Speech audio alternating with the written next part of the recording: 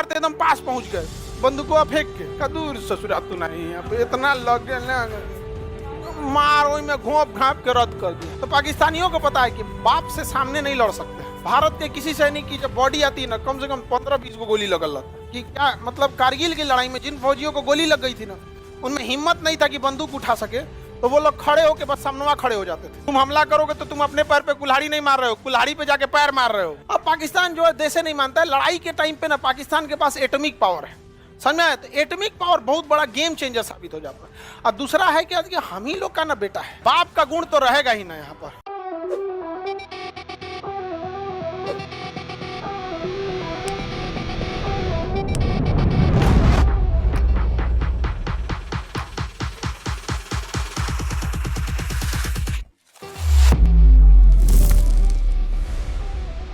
Israel क्या किया ना, अपने मोसाद, इजराइल के खुफिया एजेंट का नाम क्या है? मोसाद। वो मोसाद के एजेंट को कहाँ छोड़ दिया है?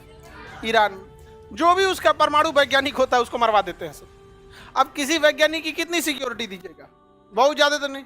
तो क्या करता है सिक्योरिटी गार्ड, जिसका 1 लाख सैलरी, उसको 10 करोड़ दे देता है। खुदे बता देता है नाश्ता खाना कब करेंगे, कहाँ मुड़ेंगे, यहीं अपने बता दे, मार देगा। समझ में गया कि नहीं? कासिम सुलेमानी तो सेना प्रमुख थे, सोचिए ना, कासिम सुलेमानी को मारे। फकीर ज्यादा वहां का सबसे बड़ा परमाणु वैज्ञानिक था, उसको ड्रोन से मार दिया। मतलब उसको पता था कि ये गोलंबर के पास घूमेंगे, तो बता दिया था इस गोलंबर के पास घूमेंगे। जैसे घूमना था ना, तो यहीं पे एगो ट्रक लगाया था, ट्रक के अंदर मशीन गन थी, और मशीन गन में कैमरा था। उस कैमरा का कंट्रोल कहाँ था? इजराइल में।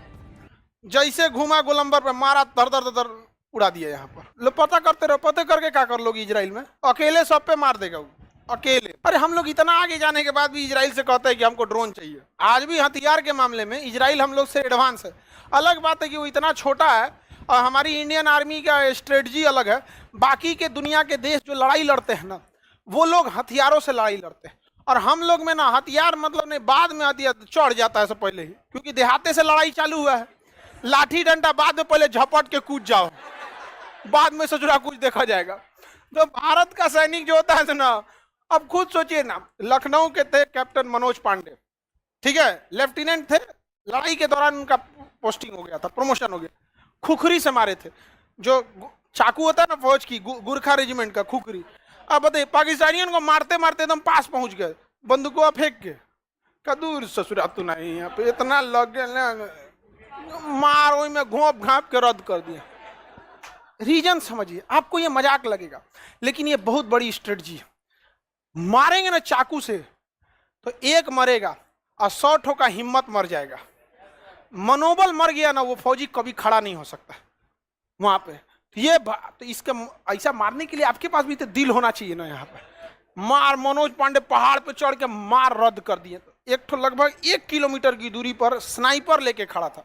स्नाइपर होते हैं सर ना, छुपे रहते हैं से एक जगह, ऐसा कपड़ा पहनेगा सब कि दिखबे नहीं करेगा सब। झाड़ी में रहेगा तो हरियर पतई ओढ़ लेगा सब, दिखबे नहीं करेगा। स्नाइपर लगा के गोली मार दिया। नहीं तो मनोज पांडे, विक्रम बत्रा को कैसे मारा था सब? स्नाइपर लगा के। तो पाकिस्तानियों को पता है कि बाप से सामने नहीं लड़ सकते। समझ में आ गया कि नहीं? छुप के मारना चाहिए, समझ में आ गया कि नहीं? लेकिन फिर भी बाप तो बाप होता है। तो अलग बात है कि इजराइल बहुत एडवांस है, लेकिन जब भारत से लड़ने आएगा तो तुम्हारा मशीन गन रहले रह जाएगा। यहाँ पे तुम गोली चलाते रह जाओगे।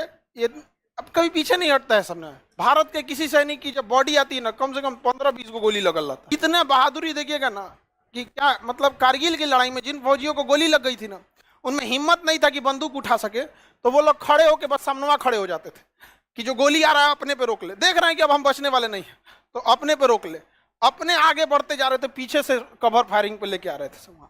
तो वो अब इजराइल को पता है कि इस सब में उतना हिम्मतों नहीं है उतना मारधार करने का। इजराइल इन लोग का पूरी तरह से धो देता है, और इन लोगों अमेरिका ऊपर से सिया सुन्नी लड़ा के रखा है। भारत को इस हर हाल में ईरान के साथ आके खड़ा होना चाहिए, क्योंकि ईरान चौपट होगा ना तो फिर हम लोग के लिए बहुत दिक्कत हो जाएगा। फिर अफगानिस्तान चलिए गया हम लोग के हाथ से, ईरान अगर चल गया तो अब इधर जाइएगा कैसे?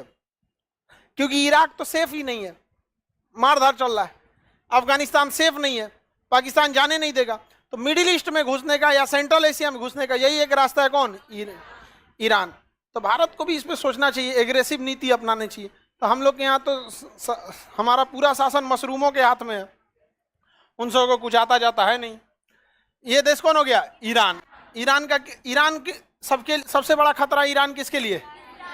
इजराइल को अगर मिडिल ईस्ट में कोई टक्कर दे सकता है ना, तो ईरान और पाकिस्तान, यही दो ठो दे सकते हैं सब।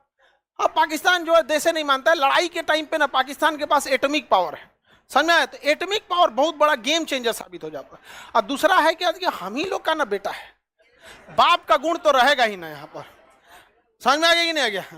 अलग बात है कि हम लोग से नहीं लड़े, लेकिन है तो भारतीय माँ का न संतान, तो भारत माँ हमेशा शेर जन्म दी है, तो कुछ ना कुछ तो असर पड़ता है। और दूसरा, इसके पास असर पड़े ना पड़े परमाणु बम है, तो थोड़ा सा वो गेम चेंजर साबित हो जाता है कि अगर वो गिरेगा तबाही करेगा, और इसके पास मिसाइल भी है उस टाइप तक पहुंचाने के लिए वहां पे, तो बर्बाद हो जाएगा पाकिस्तान।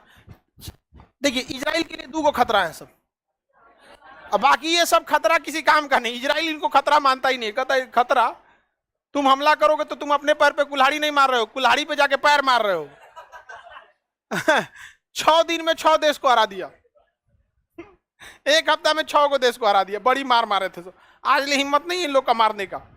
तो इसके लिए एगो खतरा कौन है? पाकिस्तान, आएगो ईरान। इजराइल का कहना है ईरान को हम खुद निपटेंगे अमेरिका के साथ मिलकर। अमेरिका डायरेक्ट प्रतिबंध लगा देता है कि तुम पेट्रोल कोई खरीदेगा, अगर कोई ईरान से पेट्रोल खरीद लेता है ना, तो अमेरिका उस पर बम मार देता है, उसको कैसे ना कैसे मिलकर फंसा देता। भारत ईरान से पेट्रोल खरीदता है, तो वो कहता है कि कैसे काय खरीद रहे हो, कर आप ही दे दीजिए सस्ता, हम खरीद लेंगे आप ही से। तो भारत की विदेश नीति बहुत सही है, तुम मरो हमको मतलब नहीं है, हम किसी के दोस्त नहीं है, ना ही किसी से दुश्मनी है। ये कहता है कि ईरान को तो हम खुद से निपटेंगे, वैज्ञानिकों को मोसाद से मार के।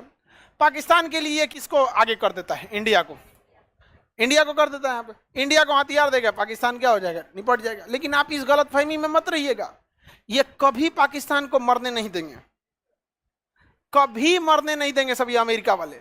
आपको हथियार उतना ही देंगे कि आप इन्हें बर्बाद कर सके, कभी वो हथियार नहीं देंगे जो आप इसे हमेशा के लिए मार सके। उनका टारगेट यही है कि इनको लड़ाओ, फिर 10 समझौता करा दो,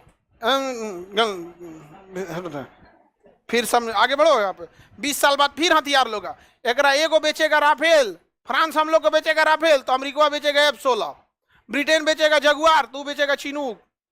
लो लड़ो लड़ो, कभी खत्म होगा नहीं। इस गलतफहमी में मत रहिएगा, सब टैक्टिस है।